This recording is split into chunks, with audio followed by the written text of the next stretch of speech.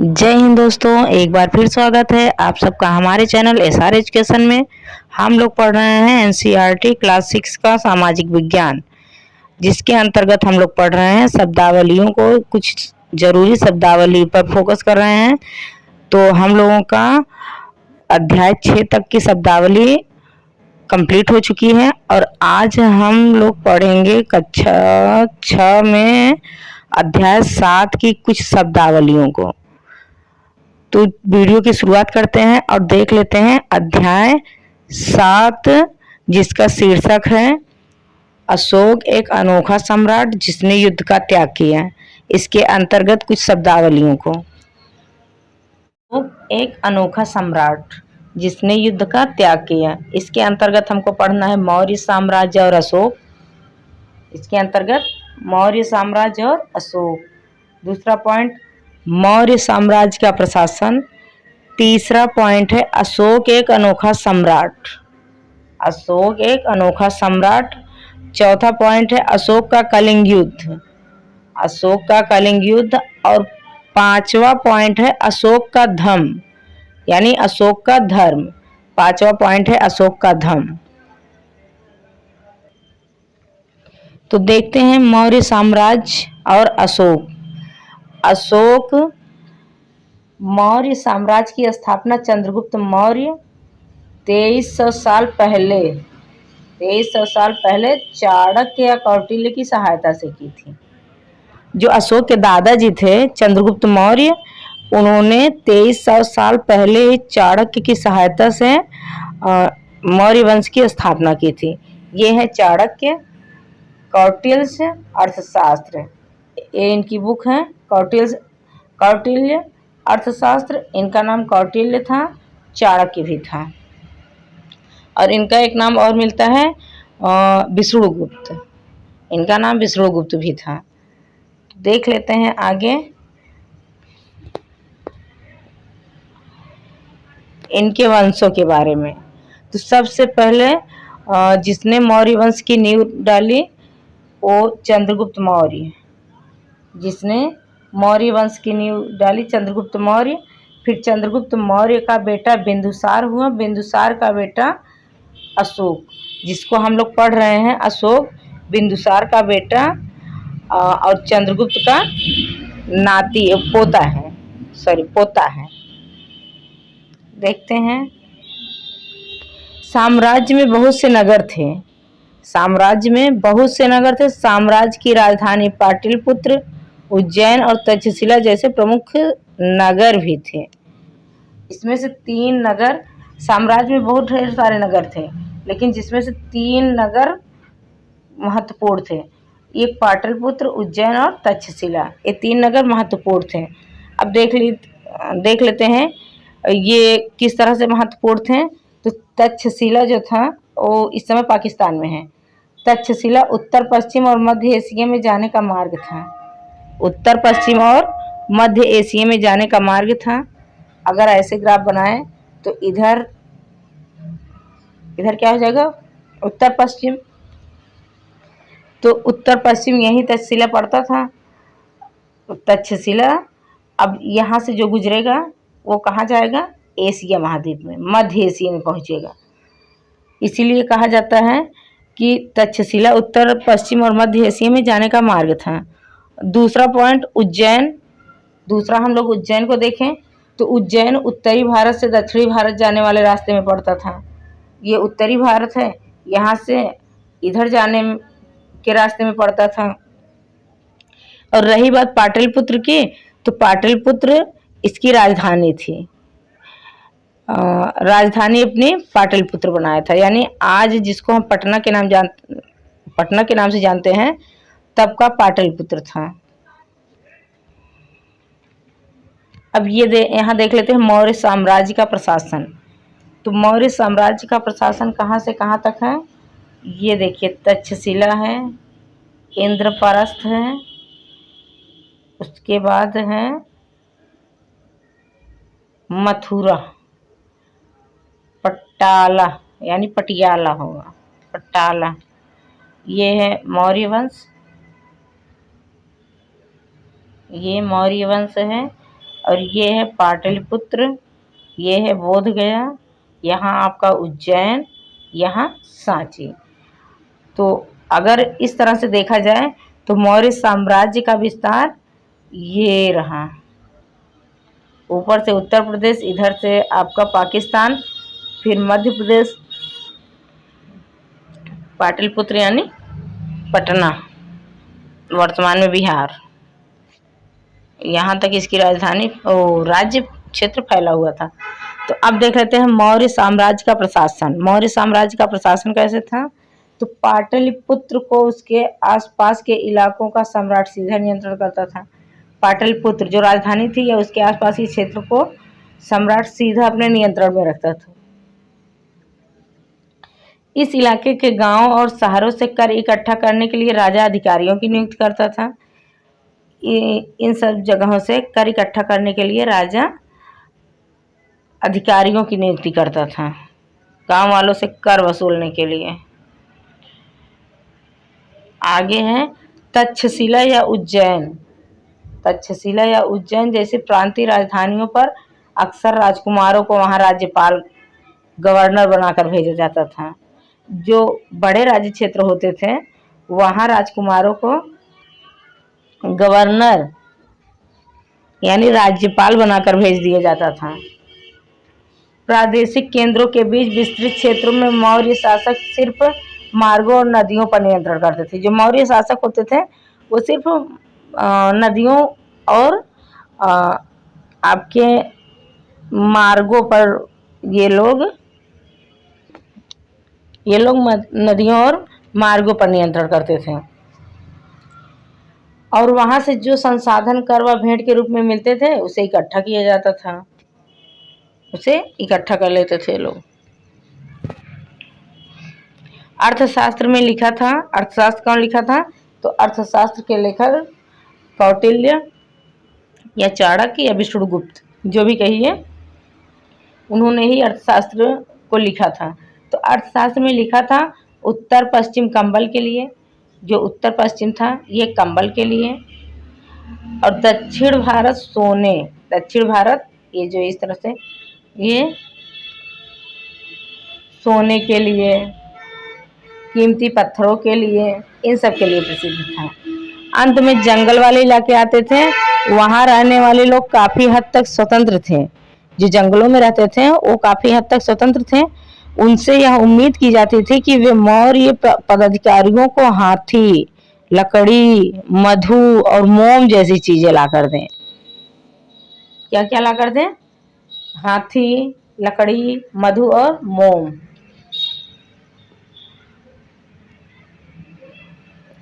जहां कर नियमित रूप से इकट्ठे किए जाते थे वहीं नजराना अनियमित रूप से जब भी संभव हो इकट्ठा कर लिया जाता था। ऐसे नजराने विविध पदार्थों के रूप में प्रायः ऐसे लोगों के लिए जाते थे जो स्वेच्छा से इसे देते हों। नजराने के रूप में विविध पदार्थों को लिया जाता था और ये नजराना जो लेता था ऐसे लोगों के लिए जाते थे जो स्वेच्छा से इसे देते हैं। स्वेच्छा से अगर नहीं दे रहे हैं तो आप नहीं ले सकते हैं। नोट में दिया है मेगास्थनीज चंद्रगुप्त के दरबार में पश्चिम एशिया की यूनानी राजा सेल्यूकस निकेटस के साथ आया था। सेल्यूकस निकेटस तो खुद ही आया था सिकंदर के साथ सेल्यूकस निकेटस आया। सेल्यूकस निकेटस के साथ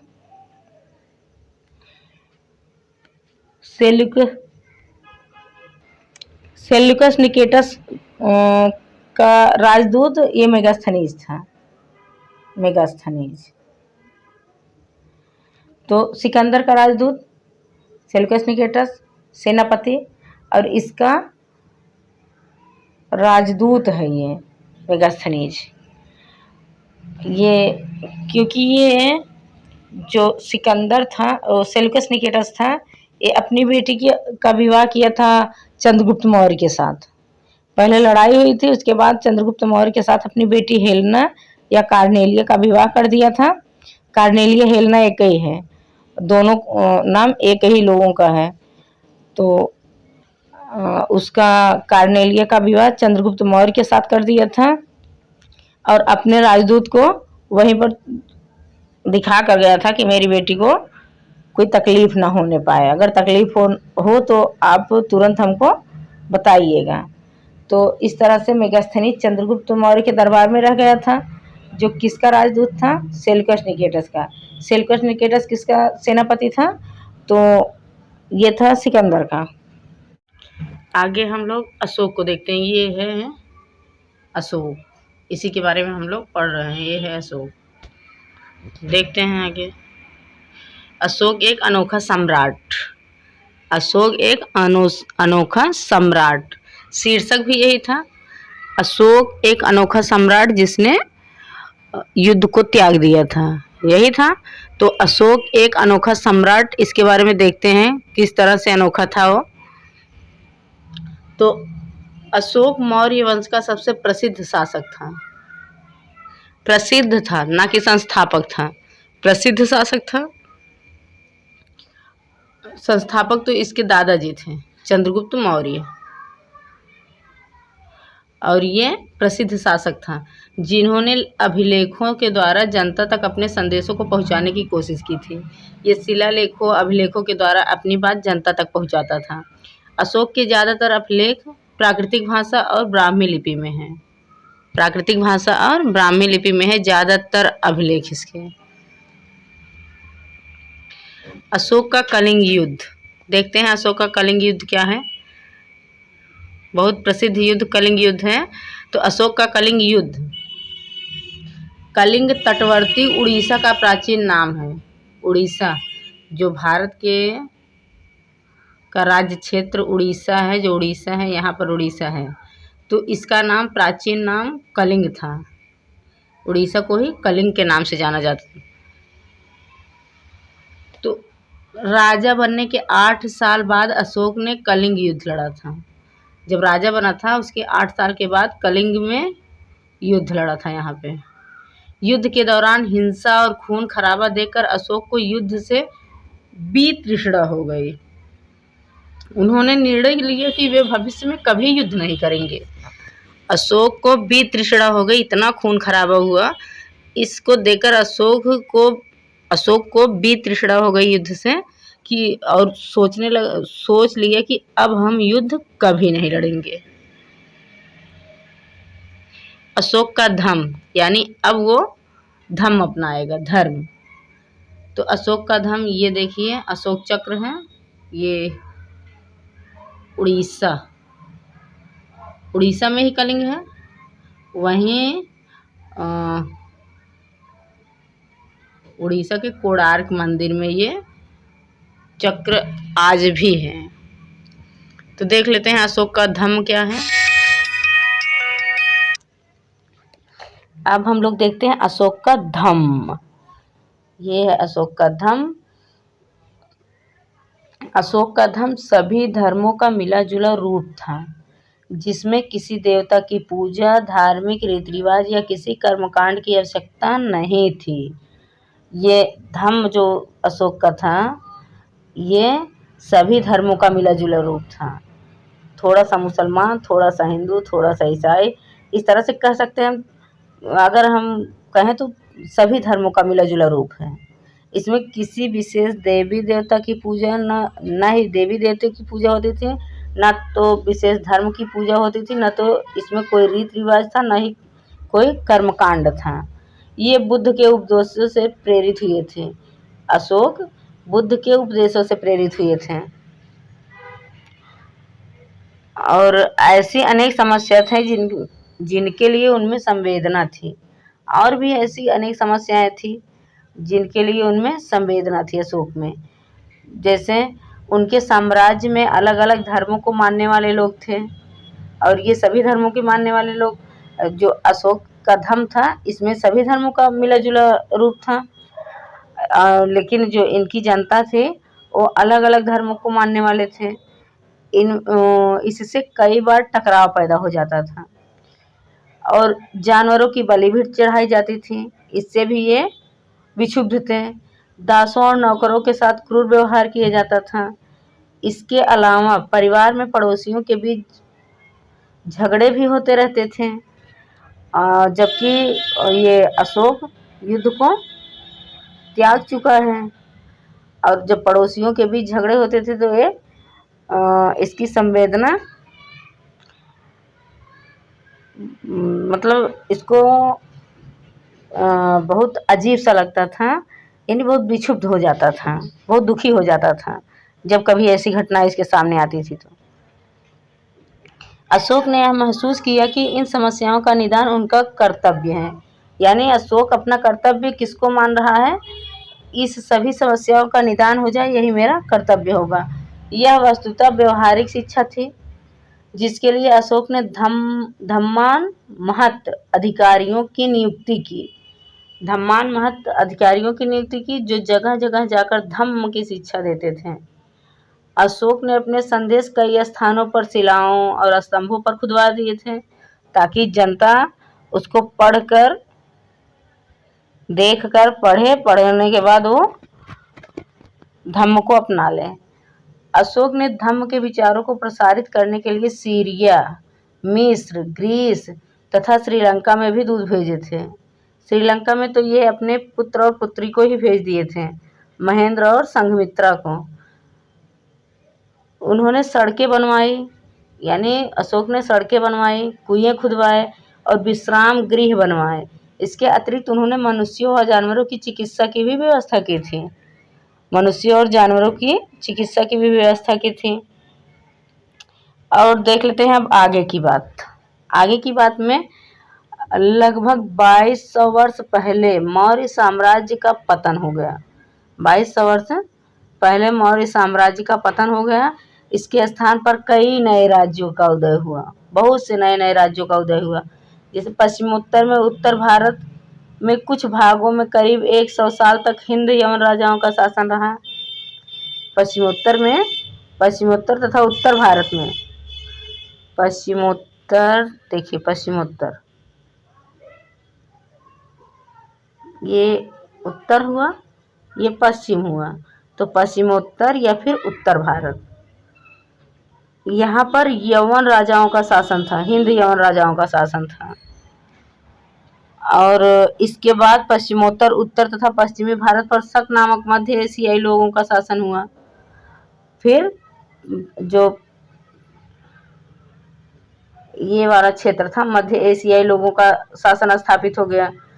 उसके बाद शकों के बाद यहाँ पर पश्चिमी भारत पर, पश्चिमोत्तर उत्तर पश्चिमी भारत पर किसका शासक हो गया, शक। शकों के बाद कुषाणों का, कुषाण लगभग 2000 साल पहले शासन स्थापित किए थे अपना। एक बार फिर देख लेते हैं। देखिए ये उत्तर पश्चिम, इधर शासन स्थापित किया शक, उत्तर पश्चिम। शुरुआत में देखिए सबसे पहले तो ये बना लेते हैं, यहाँ इस साइड हिंद यवन आए थे। इसके बाद शक आए, ये जब गए तो शक आए। शकों के बाद कुषाण आए।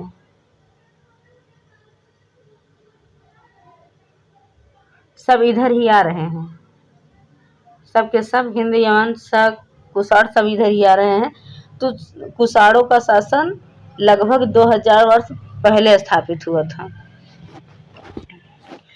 उत्तर तथा मध्य भारत के कुछ इलाकों में मौर्य सेना नायक पुष्यमित्र शुंग ने एक राज्य की स्थापना की थी। उत्तर तथा मध्य भारत में मौर्य का सेना नायक पुष्यमित्र शुंग था। पुष्यमित्र शुंग ने अपने नए राज्य की स्थापना कर ली, पुष्यमित्र शुंग। शुंगों के बाद फिर कण्व आए, शुंग के बाद कण्व आए तथा कुछ और वंशों का शासन तब तक चला जब तक लगभग 1700 वर्ष पहले गुप्त साम्राज्य की स्थापना हो। जब तक गुप्त आए तब तक काफी वंश आ चुके थे, काफी लोग शासन कर चुके थे। जब गुप्त आए तो अब गुप्त का शासन बहुत दिनों तक चलेगा। पश्चिमी भारत के शक, जो पश्चिमी भारत के शक शासक थे, तथा मध्य भारत में शासन कर रहे सातवाहन, और मध्य भारत में शासन जो कर रहा था सातवाहन, इन दोनों शासकों के मध्य युद्ध भी होते थे। शकों और सातवाहनों के बीच युद्ध भी होते थे। लगभग 2100 साल पहले स्थापित सातवाहन राज्य लगभग 400 तक टिका रहा, 400 वर्षों तक टिका रहा। लगभग 1700 वर्ष पहले मध्य तथा पश्चिमी भारत में वाकाटक वंश का शासन स्थापित हुआ। चलिए देखिए, 1700 वर्ष पहले मध्य तथा पश्चिमी ये शक जहाँ थे, हिंद यवन शक, ये लोग जहाँ थे वहीं पर 1700 वर्ष पहले वाकाटक वंश के शासक ने भी शासन किया था। अब देख लेते हैं दक्षिण भारत में 2200 से 1800 साल पूर्व के बीच चोलो चेरो पांड्यों ने शासन किया था। चोलो चेरो पांड्यों ने शासन किया। लगभग 1500 साल पहले पल्लवों और चालुक्यों के दो बड़े राज्यों की स्थापना हुई। इसमें समझ लेते हैं, इसमें कहा है 2200 से 1800 साल पहले, 2200 से 1800 साल पहले। इस बीच कितने लोगों ने शासन किया? चोल, फिर चेर, फिर पांड। चोल चेर पांड्यों ने शासन किया था इसके और इसके बीच में। लगभग 1500 साल पहले पल्लव और चालुक्यों के दो बड़े राज्य स्थापित हुए थे।